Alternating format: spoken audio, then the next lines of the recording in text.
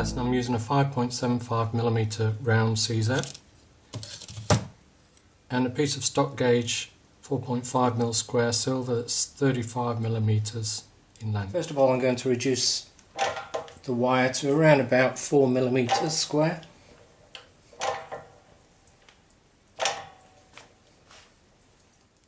Now I've marked off 10mm at the ends of the piece, and I'm going to step roll the centre part. So I'm avoiding touching the metal at that point onwards. So I roll up to both points and then turn it and roll the other way.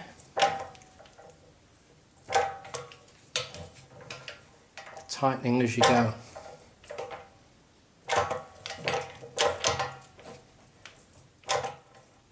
It's still quite thick in the middle. I've got 3.3mm. I want to take it to around about 3mm square. And I'm aiming to make this, the shank is now 3mm square. And the overall length of the piece now is just under 60mm. So I'm going to run the centre part, the shank part, into the flat part of the rolls and reduce it to around about 2mm. Before I did roll it through the flats, I annealed it, and now I've got it to 2mm, and the width has now moved to 3.4mm, so that allows a little bit of fillet room. Before I turn it, I'm going to just run the shoulders and the setting part of the ring through the flats a little bit, just a little bit before I turn the ring into shape. So that's the shape that I've got now. I'll just do a measurement check at this stage before I bend the ring, and we've got a height at the setting end of 4.3mm and a width of 3.4mm. So those measurements aren't crucial as we're going to spread the top shortly. So there's a couple of options here of bending the shank. When they're quite heavy, it's very difficult to bend them with pliers. You can use a swage block and get really sort of heavy-handed with it. There's also the bending pliers, which are really good for doing this kind of thing. So they can turn the heavy part of the ring quite nicely. But the first choice, if you've got it, is the ring bender. And if you are lucky enough to have one of these, then start at the small section and bend both ends first.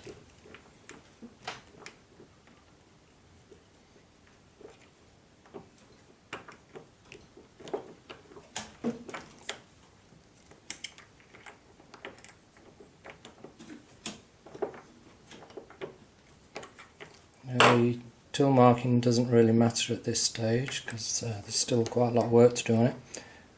So once you've bent the two ends, then just work on getting the two ends together. So I'm also just squeezing them quite tight once they are together to give the joint some tension, so we can just run the saw blade through there a couple of times just to get a nice clean joint ready for soldering. I'm just going to run the blade through the joint, and as it's got tension in the joint, it will keep closing itself together. So 2 or 3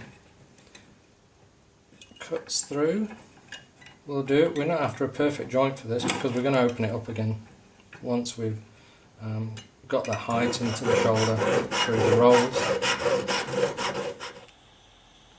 This will help to keep the tension into the joint. I just want to get the general ring shape now.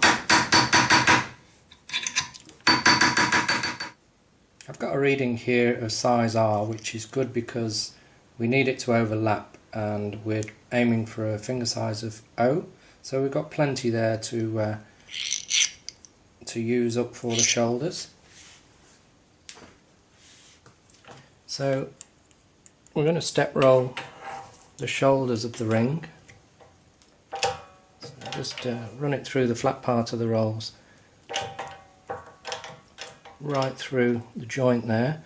So it's stepped to just past the joint, and then I'm going to tighten up and run it through again a little bit less. So you can see the shape's changing, it's going a little bit higher here. The top part of the ring is going to form the setting, so the thickness here is 2 millimeters, which is perhaps a little bit too thick. So I'm just going to thin that down a little bit more.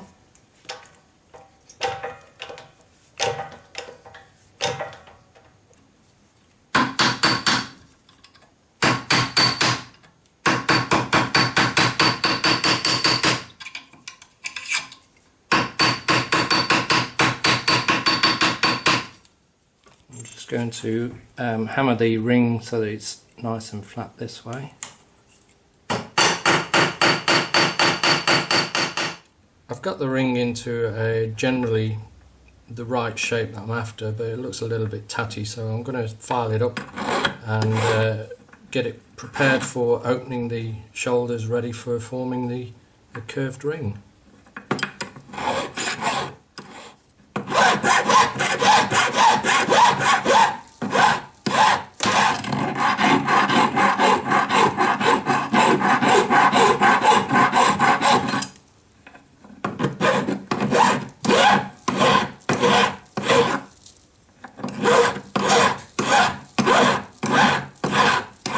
To open the ring up again, so you can see that I've got quite a bit of height there to allow the stone to be set, and that covers an area of around about 20 millimeters that will be part of the wraparound.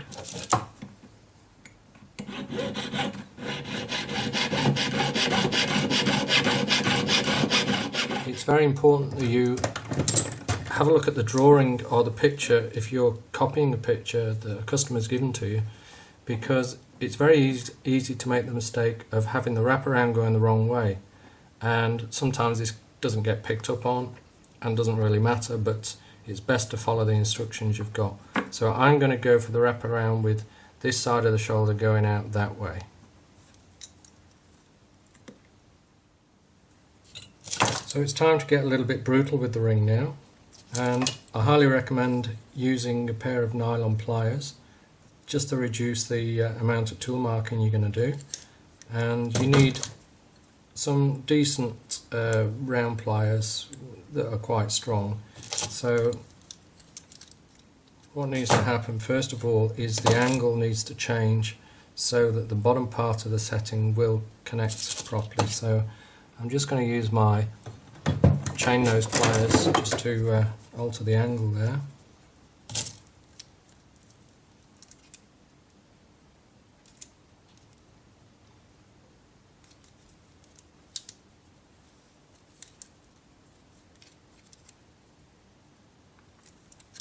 You'll also find that parallel pliers come in very handy for doing this type of work as well.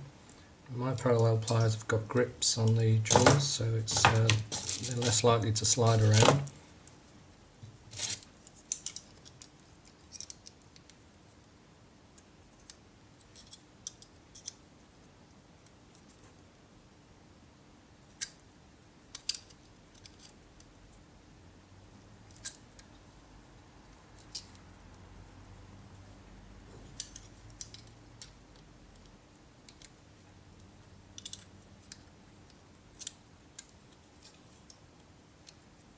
Just going to overlap them a little bit more so that I can get to this side.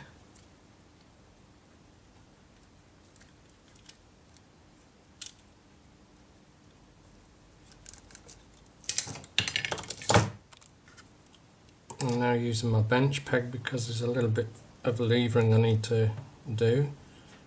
So I'm just trying to curl the end a little bit sharper around.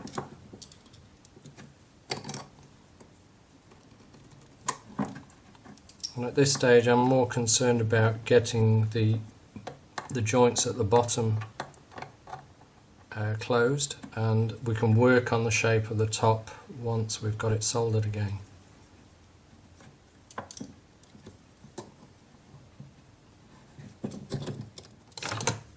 you also need to just check the drawing to see if the curve of it sweeps around away before it turns. So I'm going to just turn this away so it's got a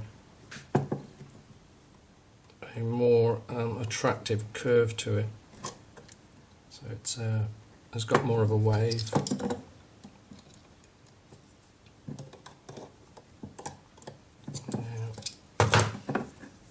Just going to file the ends so that I can get a nice joint. So you can see at this stage the ring could go one of two ways. We could complete the ring and have it as a one-piece ring where the stone sets into the shoulders, or you could make a setting and have it as a wraparound shoulder ring. Solder it together, so I'm opening it right up, crossing the bend, and then let's put tension on it, and if you're very careful about putting it back, which I think I just over pulled it, so I'll take it back again, give it some tension, and very carefully cross it back, keep the tension in the ring, and then bend it to the position you want. As it looks now, it looks very rough, but and it also looks as though it's going to take a marquee shaped stone, but I need to solder the bottom part to get the top part shaped properly. So it's going to be an open sided setting, so I'm going to cut an angle away there, and then we can solder the joint up at the bottom of it.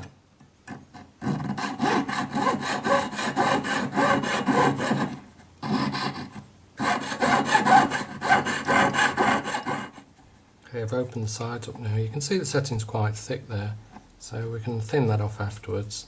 And I'll just put the stone there, and it looks as though it's a fraction too small, but once we start opening that out, that'll fit quite nicely.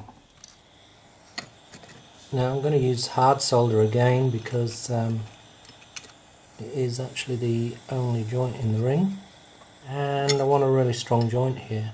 I'm being quite generous with the amount of solder I'm using as well,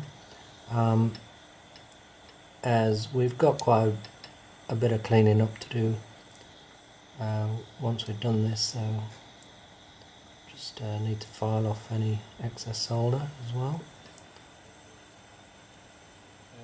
As you can see, the stone doesn't look as though it's going to fit in that, so I'm just going to put it on the mandrel, start putting a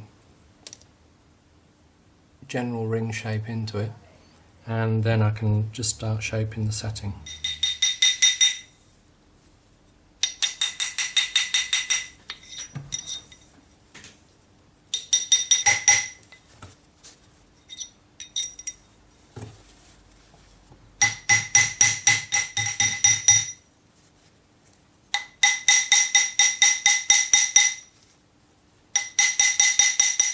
I'll now tap the top of the setting to get it nice and round, ready for the stone.